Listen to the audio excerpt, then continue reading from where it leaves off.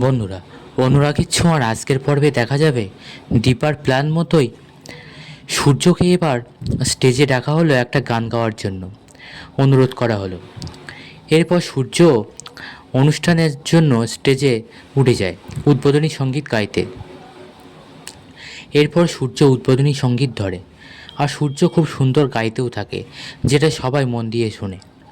দীপাও থাকে সাইডে, এদিকে রূপা কৃষ্ণ সবাই শুনতে থাকে।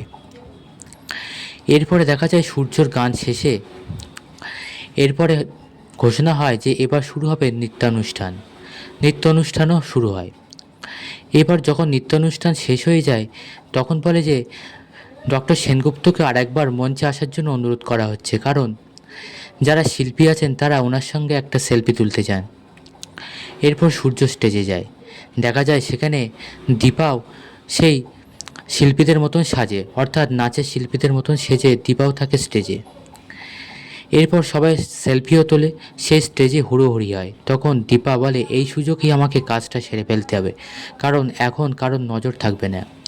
এরপর সূর্যকে ডেকে নেয়, বলে এখানে তো আপনার কাজ হয়ে গেছে, আপনার নিশ্চয়ই এই ভিড়ভাড়টার মধ্যে খুব অস্বস্তি হচ্ছে, তাই না?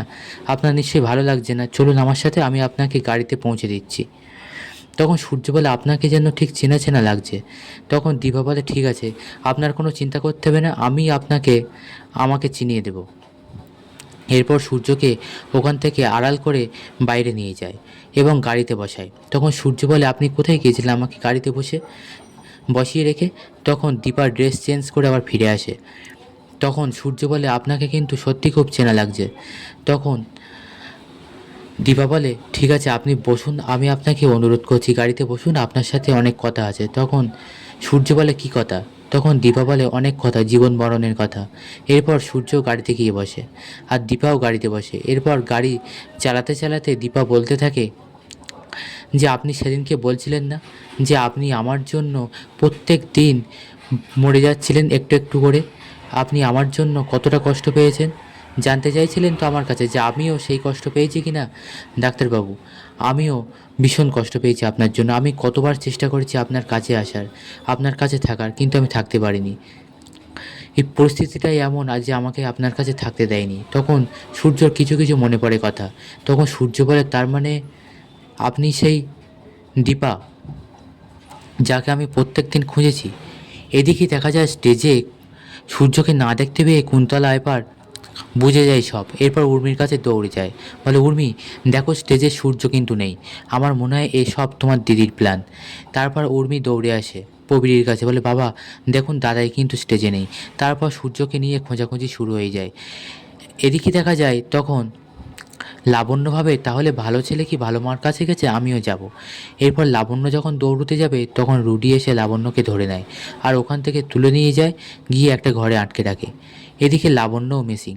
তখন লাবণ্যকে না পেয়ে লাবণ্যর হেয়ার ব্যান্ড পড়ে থাকে মাটিতে, যেটা দেখে জয় চিৎকার করে, বলে লাবণ্যর হেয়ার ব্যান্ড এখানে, লাবণ্য কোথায়? এরপর লাবণ্যকেও খোঁজাখুঁজি শুরু করে। তখন সোনা বলে এসব নিশ্চয়ই দীপা সেনগুপ্তর প্ল্যান। তখন জয় বলে লাবণ্য যদি বৌদিদির কাছে থাকে তাহলে নিশ্চয়ই ওকে বাড়িতেই নিয়ে যাবে, চলো আমরা সবাই বাড়িতে যাই। এরপর সেনগুপ্ত বাড়ির সবাই বাড়িতে আসে। ওদিকে দেখা যায় কুন্তলা কিছু লোকজনকে ফোন করে দেয়, বলে এখানে সূর্য সেনগুপ্ত স্টেজে নেই, মনে হয় দীপা ওকে নিয়ে পালিয়েছে, রাস্তায় ওদেরকে আটকাও। এরপরে দেখা যায় দীপা সূর্য কথা বলতে বলতে যেতে থাকে, তখন একটা গাড়ি এসে ওদের গাড়ির সামনে আটকায়।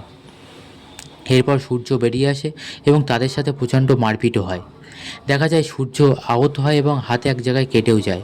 তখন দীপা তাড়াতাড়ি নিজের শাড়ি ছিঁড়ে সেই আঁচল দিয়ে ক্ষত জায়গাটা ব্যান্ডেড করে দেয়।